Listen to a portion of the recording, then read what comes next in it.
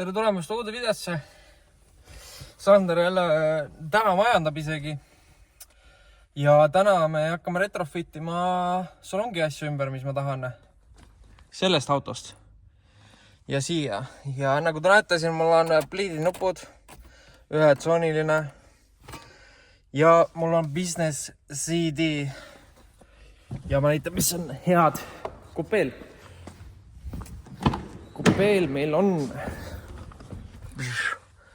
Meil ei ole pliidinuppe, kahetsooniline ja professional music. Nii et vaatame, kas kõik sobib ja vaatame, mis head. Peamine lisa, mis mul vaja on, selle tõstan ümber koos rooliga. Ja ongi hea. Ma arvan, et Poverty Spec on minu esimene seeria, siis nüüd ta saab Sex Spec. Sest et kõik seksikad asjad, mis selle autole pakuti. Spidoblokkidest on ka ümber kohe, sest et ma näen nüüd tempi äkki siis. Kui ma vähem proovin, kes läheb käima ja värki sellega. Äkki ei pea midagi kodeerima. Nii et vaatame ja proovime. Mul praegu hetkel kodeerimise võimalust ei ole, aga äkki Martin Ojaste külastab meid ja aitab mul kodeerida. Nii et hakkame siis tegutsema ja võtame kõigepealt kõik vajalikku kupeest välja ja siis saame edasi vaadata. Alustame siis kõige lihtsamast. Otsas on pappa mehed, mis me teeme. Meil tuleb minna ihumüügi teele. Itaalias ütled vaid amor ja luna.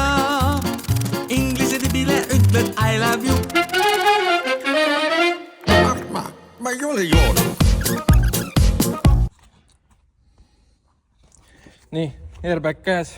Oli keerulisem, kui ma oleks arvanud, sest tavaliselt, ma olen teinud vanem BMW-sid, siis ei ole nii keeruline. Siin on lihtsalt üleval, alt üles tuleb kruvikeeraga lükata ja siis saab neid klambreid lahti lükata ja siis tuleb siit augusse välja.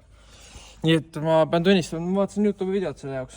Nii et, aga lähme edasi.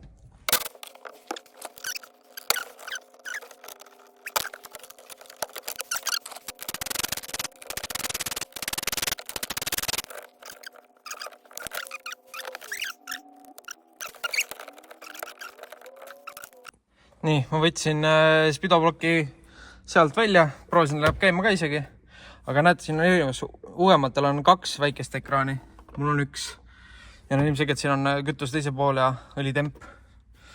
Nii et proovime, vaatame, kas läheb tööle. Ma proovisin nüüd klaase vahetada. Aga ei sobi. Ta ei lähe istu kokku. Laiem on ikka. Ja ekraan läheb ka kuidagi imelikuks. Siin on nagu eraldi see eraldus. Nii et peab hakkama seda klaasi lõikamas ümber ringi, et saaks ilusti paika. Aga kuna see on nagu nii mulle tasuta, see on suht savi. Viskame selle minema. Võtame tagasi uue. See istub ilusti ja paika. Nii, ma olen nüüd täielikult ära rikkunud kõik asjad, aga loodame, et tuleb hea tulemus. Pidin selle lipi maha lõikama siit, kõik see kinnituse. Siit pidin tühjemaks tegemast, et ei mahu muidu. Nii et vaatame, kas see istub. Kui ei istu, siis ma lõhkusin mõtetud asju ära. Aga eks vaatame. Nii, see. Peale vaadates ei saa üldse aru, et midagi valesti on välja arvatud, et siin on vahe sees. Aga tegelikult kinnitusi on vaja ikka ja nendega mõtlen midagi välja. Praegu panen selle plastiku asjad siit kokku ja siis saab spidobloki paigaldada ja põhimõtteliselt timmis. Muidugi ilmselgelt raha eest saaks õige spidoka, mis on sama, mis see on, siis on ju õlitembi asjadega, aga need ilmselt maksavad mingi paar sotti ja nagunii keegi ei taha osta UK seda, nii et ma pigem teen endale sobivaks ja saan kasutada nii nagu tahan.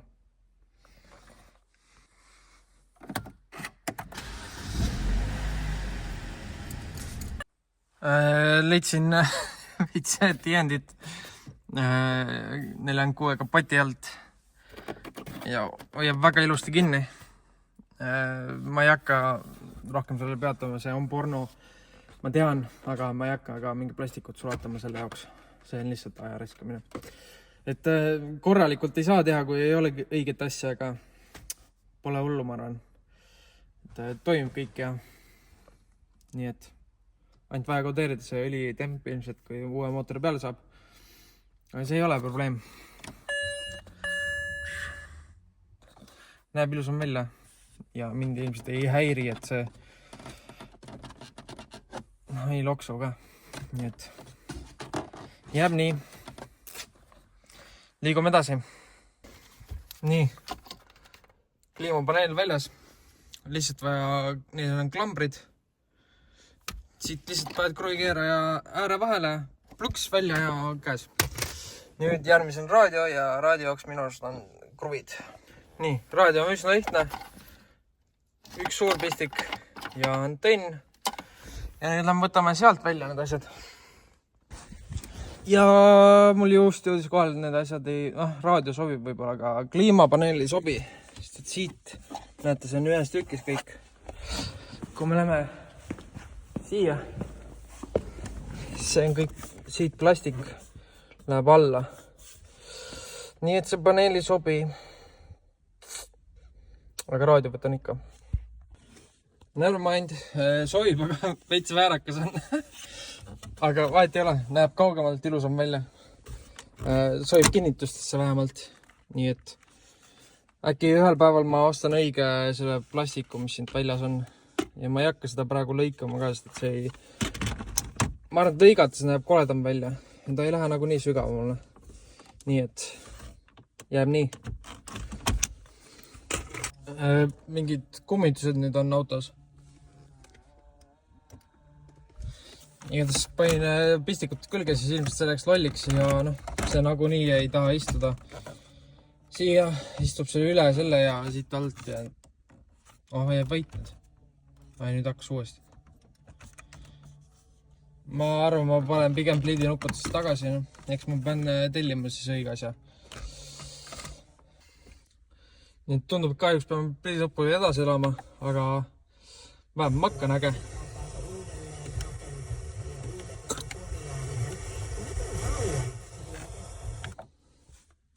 Proovin kohe auksi ära ja kas on parem heli. Nüüd jah.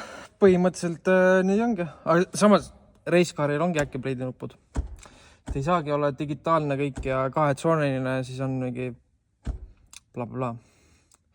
Et ikkagi retrofit nii kergelt ei toimi, et saab panna ükskõik mis tüki külge. Ja 92 on ikka armatuuri ka vahe esimese seeriaga, nii et ju siis on nii. Aga eks kodeerimisega äkki saame püsika vähemalt tööle ja makk on äkki parem ja rohkem passi ja värki ja line-upis tümmi kuulata. Ja spidokas on küljes. Näeb seksikas välja. Mitte kõige paremini paigaldatud, aga mis sa teed? Ma ei hakka ostma paari soti eest õiget spidokat. Et töötame sellega, mis meil on. Hoiame hooajaks raha ja ei osta mõttetust kraami. Ilmselt ma elaks üle ka originaal spidoblokiga selle. Sest et mul ei ole vaja õlitempi, aga see on igaks juhuks lihtsalt. Kui trennis tahad ikka hot läppida, siis õlitemp näitab hästi äkki.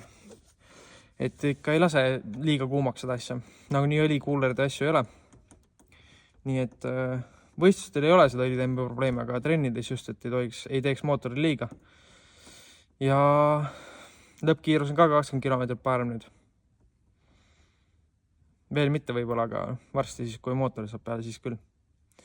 Nii et põhimõtteliselt koristame kõik ära ja paneme asjad kõik kokku ilusti ja saab nautida uut rooli ja spidoblokki ja raadiot.